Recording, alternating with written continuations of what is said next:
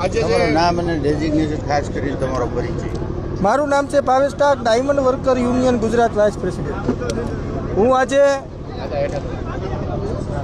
હીરા ઉદ્યોગની અંદર મહુવાની અંદર કામ કરતા રત્ન કલાકારો જે ભાવ વધારાની માંગ સાથે બંધારણીય રીતે જે હડતાલ ઉપર ઉતર્યા છે. આની પહેલાં પણ 19 તારીખના રોજ મહુવાના મામલતદાર અને પ્રાંત અધિકારીને આવેદનપત્ર આપવામાં આવ્યું હતું કે અમારી માંગને સંતોષકારક જવાબ દેવામાં આવે, પરંતુ તંત્ર દ્વારા માલિકો સાથે વાટાઘાટો નહીં કરીને સંતોષકારક જવાબ નહીં આપતા રત્ન કલાકારો કાયદેસર રીતે હડતાલ ઉપર ઉતર્યા છે.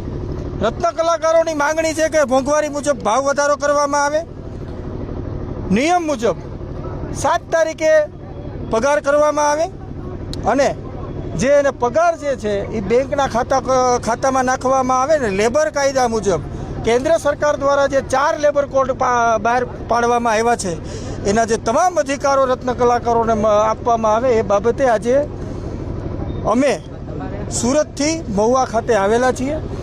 તમારા માધ્યમથી અમે ગુજરાતના શ્રમ અને રોજગાર મંત્રી શ્રી કુંવરજીભાઈ બાવળિયાને, ગુજરાતના ચીફ લેબર કમિશનરને તમામને વિનંતી કરીએ છીએ કે ગુજરાતની અંદર જે કામદાર મુવમેન્ટ છે એ કામદાર મુવમેન્ટને ફેસ કરવા માટે ગુજરાતની અંદર શ્રમ વિભાગમાં મહેકમ ઓછું છે, તો મહેકમ વધારો કરી અને સ્ટેન્ડ બાય એક કમિટી બનાવવામાં આવે, નોડલ ઓફિસરોને નિમણૂક કરવામાં આવે.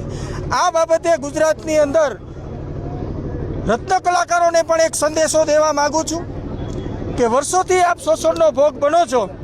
જો તમે તમારો અધિકાર માટે અવાજ ઉઠાવશો તો ડાયમંડ વર્કર યુનિયન તમારી સાથે છે. તમારી એકતામાં જ તમારી શક્તિ છે. જો તમારે તમારો મોંઘવારી મુજબ ભાવ વધારવો હોય તો તમારે સંગઠન મજબૂત કરવું પડશે ને કરવું પડશે. નમસ્કાર. આ જે આંદોલન છે કેટલા દિવસ ચાલશે? આજે અમારી લેબર ડિપાર્ટમેન્ટ અને લેબર ઓફિસરો સાથે, લેબર ડિપાર્ટમેન્ટ અને માલિકો સાથે અમારી કારીગરોની કમિટી અને એની સાથે એક બેઠકનું આયોજન કરવામાં આવ્યું છે. આ ચર્ચા દરમિયાન અમે તમે ફરીવાર મળીશું કે અમે આગળની રણનીતિ કરીશું. અમે આશા રાખીએ છીએ માલિકોના પ્રતિનિધિઓ પાસે કે રત્ન કલાકારોના જે વેદના છે એને વાચા આપી અને એની માંગણીઓને સ્વીકાર કરવામાં આવે.